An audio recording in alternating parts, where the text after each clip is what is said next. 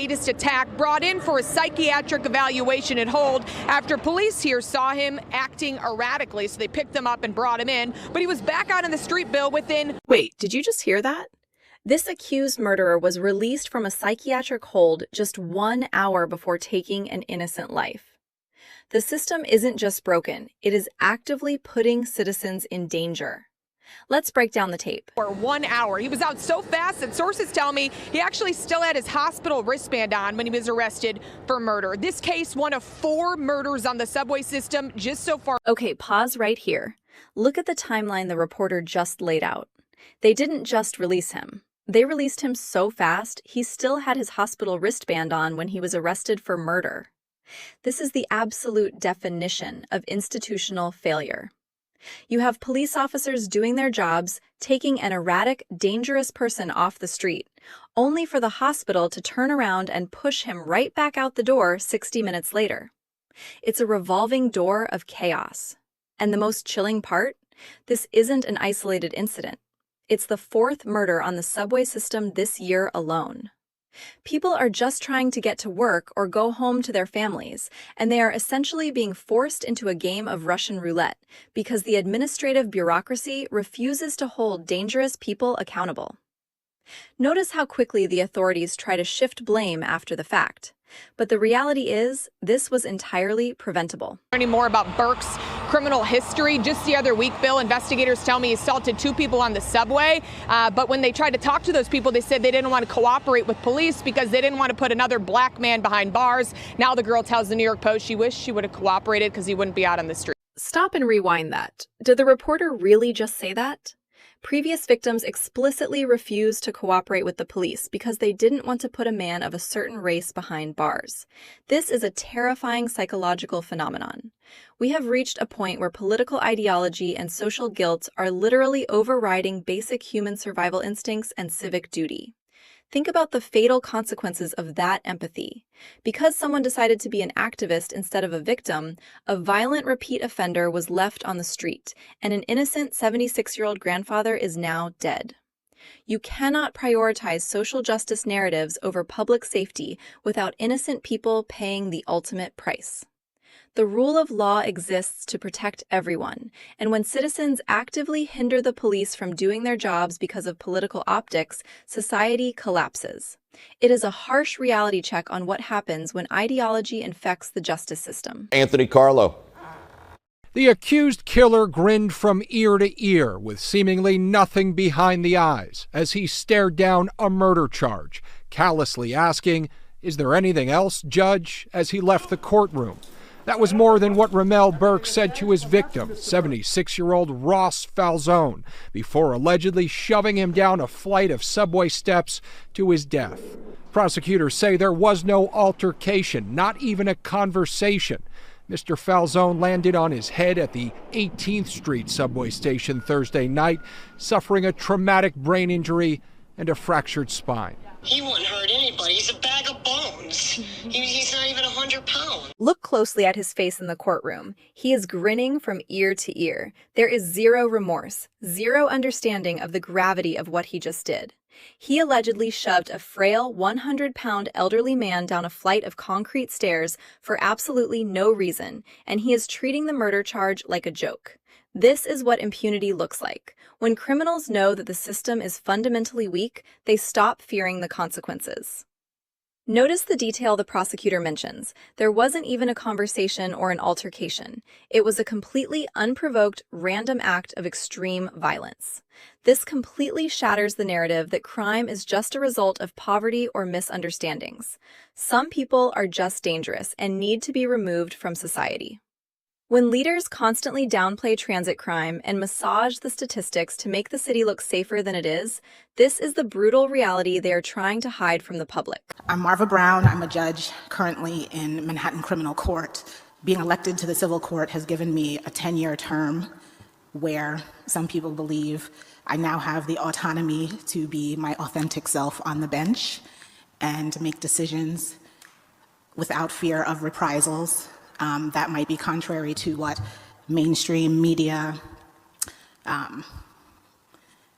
people that don't see value and my people in our community agree with. The personal effect of having an incarcerated family member is very strong with me and the work that I do each and every day, because I know that there are so many reasons why people end up involved in the criminal legal system. And so for me, getting to know my clients, getting to know their stories and why they ended up in court, why they ended up with cases, what their family and home life and community life became a priority. Now let's trace the problem directly to the source. Listen to this judge's entire philosophy. She is openly admitting that her priority is getting to know the stories and backgrounds of the criminals, driven heavily by her own family's history with incarceration. While empathy is a human trait, when it becomes the driving force of the judiciary, it becomes incredibly dangerous. Look at her tone. She views the bench as a place to be her authentic self, rather than an objective enforcer of the law. This is exactly why violent repeat offenders are being cut loose. The focus has completely shifted from protecting the innocent public to rehabilitating the violent offender, even when the offender shows absolutely no desire to change. When the judge acts more like a public defender than a neutral arbiter of justice, the entire system breaks down, and it's the everyday citizens who end up suffering the consequences. One thing I connect with is I know he promised his voters, like, the subway will be free, and I'm promising my voters the metro buses, the metro trains, they will be free from urine, feces, stabbing, attacks. So that's kind of similar. Let's pivot to the West Coast, because the political shift happening there is wild. Watch this clip of Spencer Pratt. He is completely bypassing the usual polished, focus-grouped political jargon and just stating the raw, ugly truth. While his opponents are promising free transit, he's promising transit that is free from urine, feces, and violent attacks. It's blunt, it's graphic, and it is exactly what the average commuter is actually thinking. Notice the delivery. He's treating the political establishment like a joke because, to him, their priorities are completely upside down. This is why non-traditional candidates are gaining massive momentum. People are exhausted by politicians who speak in endless circles while the streets fall apart. Pratt is tapping into a very specific, widespread frustration. Citizens just want the basic functions of their city to work safely, without having to navigate a war zone on their way to the grocery store. Last thing Los Angeles needs for mayor. Pratt opposes using taxpayer money to build brand new houses for our unhoused neighbors, saying it's time for the homeless to get help or get out.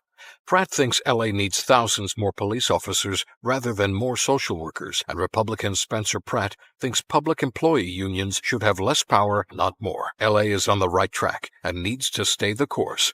Vote no on Republican. Okay, you have to appreciate the absolute irony of this attack ad.